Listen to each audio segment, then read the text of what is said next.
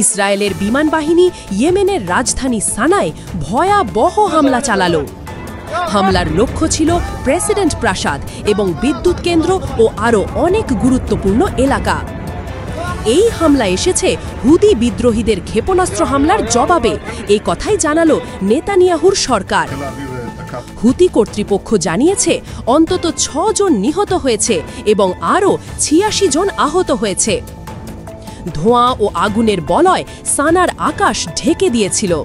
Israeli সেনাবাহিনীর বিবৃতিতে বলা হয়, প্রেসিডেন্ট প্রাসাদের মিলিটারি কমপ্লেক্স, তারপর আরও 2টি পাওয়ার প্ল্যান্ট এবং একটি জ্বালানি সঞ্চয়াগার পুরোপুরিভাবে ধ্বংস করা হয়েছে। নেতানিয়াহুর সরকারের স্পষ্ট বার্তা দিয়ে বলেছেন, যে কেউ আমাদের আক্রমণ করবে আমরা তাদের কঠোর জবাব দেব। এই হামলা ইসরায়েলের সামরিক শক্তি কতটা ভয়ঙ্কর এবং ইসরায়েলের কঠোর অবস্থানকে আরও পরিষ্কার করে দিয়েছে। এই ঘটনা শুধু একদিনের সংঘর্ষ নয়, গত 1 বছরেরও বেশি সময় ধরে গাজা যুদ্ধের প্রভাব ইয়েমেনে ছড়িয়েছে। ইসরায়েলিরা হুদিদের শিপিং লাইন ও বন্দরে হামলা চালিয়েছে। আন্তর্জাতিক সম্প্রদায় এখন পরিস্থিতি নিয়ন্ত্রণে আনতে ব্যস্ত হয়ে পড়েছে।